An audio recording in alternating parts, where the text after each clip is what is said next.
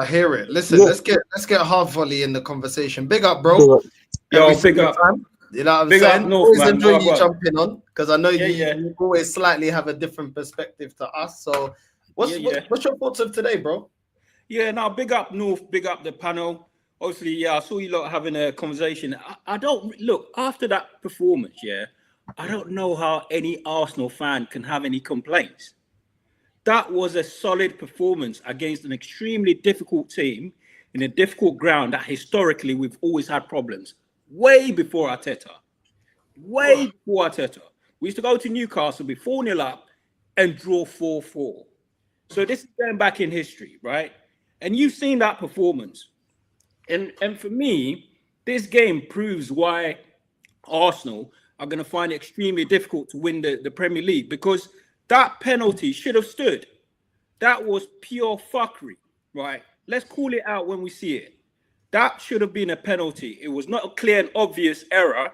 It should have stood. If it was the other way around, that penalty would have stood, right?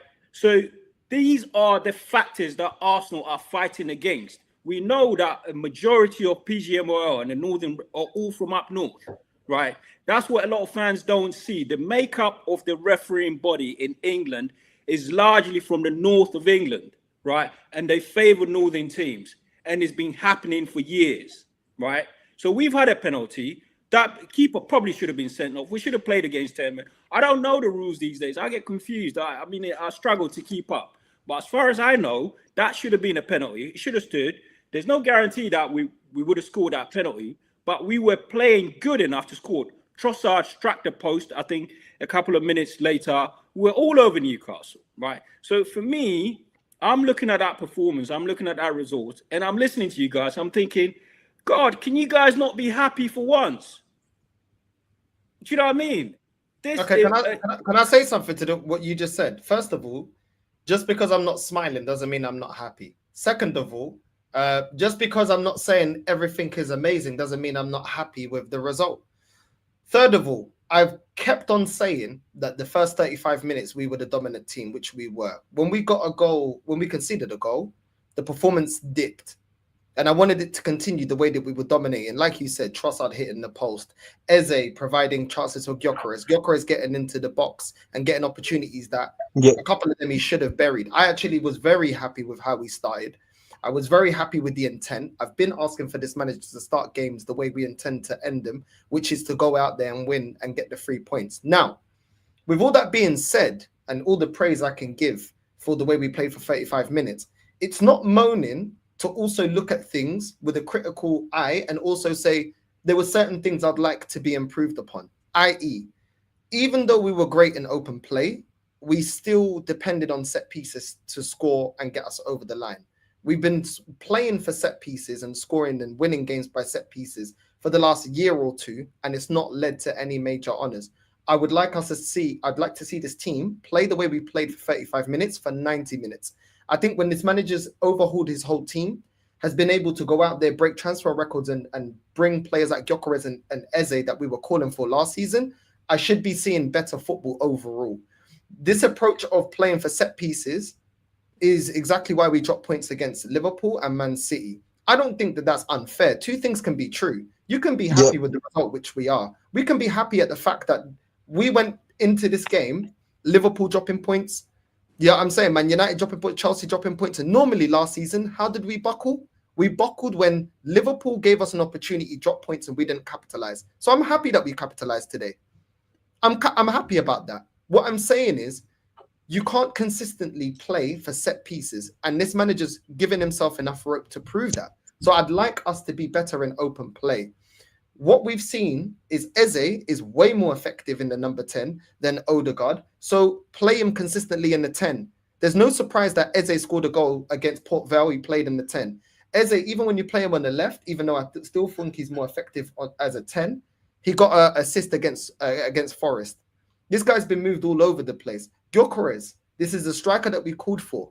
This is what I want to see on a consistent basis. I'm happy with the performance, but the things that are positive, the way we started the game, playing Gyökeres, allowing Gyökeres to find, allowing Eze to find Gyökeres, the way we pressed, the runs that we made by Trossard finding space. Are we going to consistently do that? because I've seen Dowman come from preseason, as an example, being arguably our best player and not get any minutes today in a game that I actually think he would have offered a lot. Even if he didn't start, bring him on for at least 20 minutes, 25 minutes. Do you know what I mean? So the things that I like about Arteta, when he does get things right, I question if he can do it on a consistent basis, because he doesn't stick to the positive things on a consistent basis. So that is why I don't want to go back to a defensive midfield. So that's all I'm saying. The win, great win, in terms of the pressure was on, and we rose to the occasion that we had to get 3 points today, and we had to make it count. The fact that our rivals dropped points, I like the way we started off the game, but at the same time, we are too reliant on set pieces, and we do drop off. We do struggle to see this team perform for 90 minutes, and it doesn't mean I want the team to has to necessarily attack for 90 minutes, but at least attack for 70, 80 minutes, and then you can shut up shop. Then you can say, okay, well, we've got the lead, cool.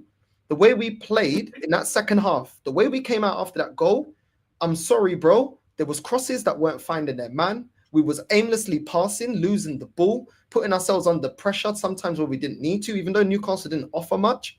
Against better opposition, we will get crucified for those kind of performances and that drop-off. I've seen this season, and before I end it and I'll let you have your say, I've seen this manager let us go up 1-0 time and time again and then defend and sit back. We didn't necessarily sit back, but there was no quality in the way that we were playing. The intensity dropped off. There's nothing wrong in saying that. And I think the biggest problem on the internet is, as soon as you praise something, if you have any type of constructive criticism, you're negative. It's like, I'm not negative. I'm happy about the result today. This match reaction, I have not flipped out one time.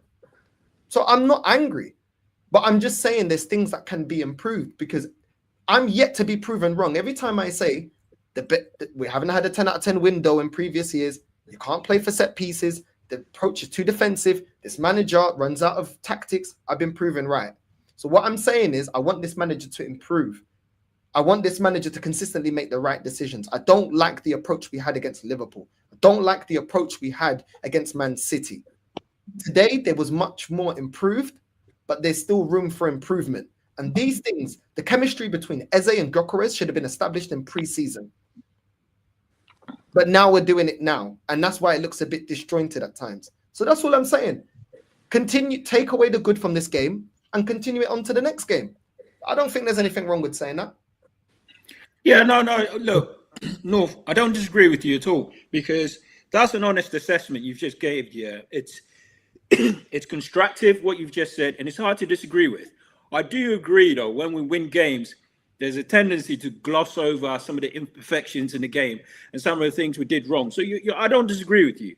I think, for me, what sometimes you have to take a step back and look at the game in its entirety, right? And understand that football sometimes is a huge psychological element of football. You know, when that penalty got turned over by VAR, right? Yes, we did dip. There was a dip in the game, which shouldn't have happened. You know, so you get that dip, and all of a sudden Newcastle scored, and then we became a bit disjointed. But then we mobilized and we came back again. I think people need to appreciate that going to Newcastle is an extremely tough game, right? We historically, like I said, we've always had problems there. So I don't disagree with you to say there are bits of the game that you can look at and say, you know what, that's not quite right, especially for a team that's vying to win the Premier League. We need to be almost flawless. What I'm here to point out is that we almost have to be perfect to win this Premier League, by the fact that we're up against a refereeing body who does not give us the benefit of the doubt like they do to other teams, right? We're playing against teams that get special dispensation to commit certain fouls and do certain things, and they get away with it. And then added to the fact that we've got some, we've got some new players in key position. Eze is new, Gyökeres is new. It takes time for things to gel, right? So when all those factors are added together, sometimes you get issues like that where you get dips in performances. You don't get a full 90 minutes of top performance, right? But overall, I think I can comfortably say, you know what, that's a decent performance. We move on. But here's the thing, man. Here's the thing. It's just like when we have these performances that every team will have at least once this season, right?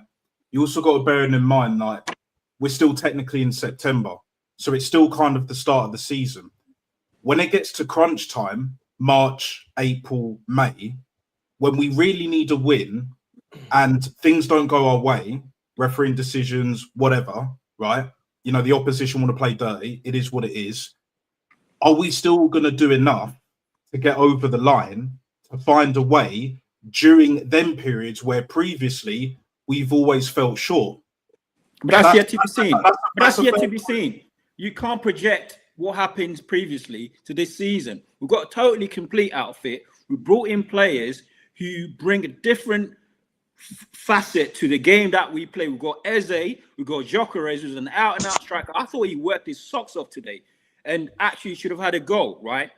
In the past, we wouldn't have had a striker who committed a keeper to the extent that we get a penalty, right? So things have changed. You cannot project your previous views to what might happen in March and May. I think it's a completely different season. So enjoy the journey, look at things from a perspective and say, you know what? I might get surprised because the makeup of the team is completely different. I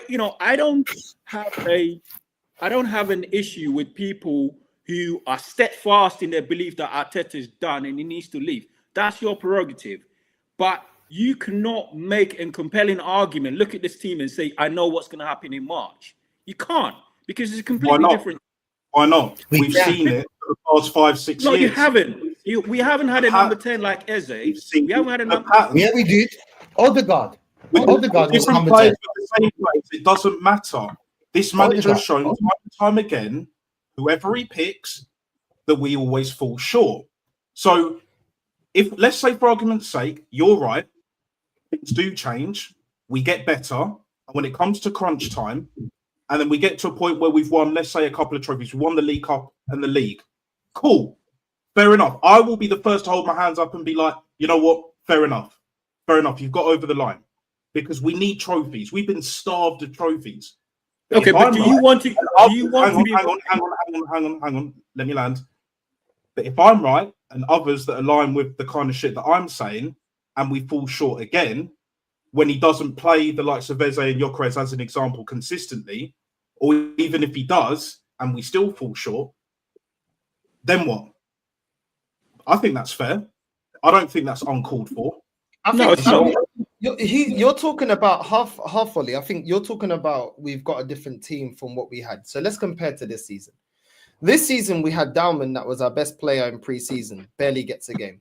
This season the manager has continuously played Martinelli in most of the games as a left winger. He's also played Trossard, the player that we tried to get rid of, as a left winger. These are issues that he should have learned from last season, since he's got a completely different squad. This season, he's continued to use Ethan sparingly, even when he's playing a DM in the number 10. He doesn't have to do that, but he did that last season when Odegaard got injured. What did he do? Oh, we're going to play Trossard in the 10. We're going to play DM in the 10. We're going to do everything else, and then we'll play Ethan in the 10. You got a striker. You want him to be doing all this dropping in deep and linking up play. You've got a number 10 in Eze. You just said we got a different number 10. Why doesn't this manager, how come he didn't recognize from the start of the season that Eze is a number 10? No, you want to play him on the left. You want to be doing this versatility like you did with Havertz in the midfield, like you want to do with Partey at right back. He's been doing this stuff, Zinchenko at left back. So we're looking at this season. Let's just forget all of that. I'm going to say from when he's got this squad, you're still putting up week in, week out, majority of the time, the wrong lineup. Players that are informed that deserve minutes get few minutes, don't start games. You're still having a defensive approach that you had last season, but even worse this season, because at times you're playing 3 DMs when you have the number 10 that you want, number 10 that I want, that Rashid, that Natstar, that King. I said, yo, that's an upgrade. So even when you say that we've got a different squad, the mentality is still the same. Playing Calafiori as a left back, I've been telling, man, that this guy is a liability. This manager wants to continue with him. He's been a liability. The goal that we conceded against Man City, where was he? Oh, he was up front with the winger, with the left winger. Why? Because positionally he's shocking. So these are the issues that I'm telling you. We've got a different team, yet this manager, on majority of the time, does the wrong lineup, the wrong game plan, and gives the wrong players the minutes than other players that actually been playing well and deserve minutes. Yeah, and even if people want to go with the Dauman shouldn't be starting games, well, if you're not going to be giving him at least 30 minutes plus, put him out on loan. or send him back to the under 21s, because then he's not developing. Players need real game time. And if you're not going to give it to him, then don't bring him to the squad. Because when he was in the team in preseason, he was performing really well. He performed well against Newcastle. So you can go with the whole, we've got a different squad. But look at the way that we have been performing. Before this game, we had 2 games where we played 3 DMs in the midfield. Liverpool, Man City, we had 1 point out of 6. Is that a manager that's changed? Is that a manager that realizes why we flopped the league last season? 14 draws, 14 draws. So if you don't realize that, if you want to keep playing for the draw, that's why we lost the league last season. And like you said, we've got a different squad. We've got Ethan come through now. We've got Dalman that's come through now. We've got Gyökeres, we've got Zubamendi, we've got Eze, we've got Madueke. Some people like Madueke. Why are we getting the same approach to certain games that we weren't convinced last season when we've got better profile players? That is where we question him. That is where we say, well, hold on. You said it would be different because now you've got your striker and your number 10. And instead, what you've got journalists asking him, why are you playing handbrake ball? Handbrake ball when we've got Eze. Should we be doing that? When we've got Ethan, we've got flipping Lewis Skelly that can play. He's a midfielder. The manager even agreed that he's a midfielder. Yeah. So that guy there can give you more in the midfield in the creative aspect than Declan Rice. So make the change if you need to make the change so we can control the midfield.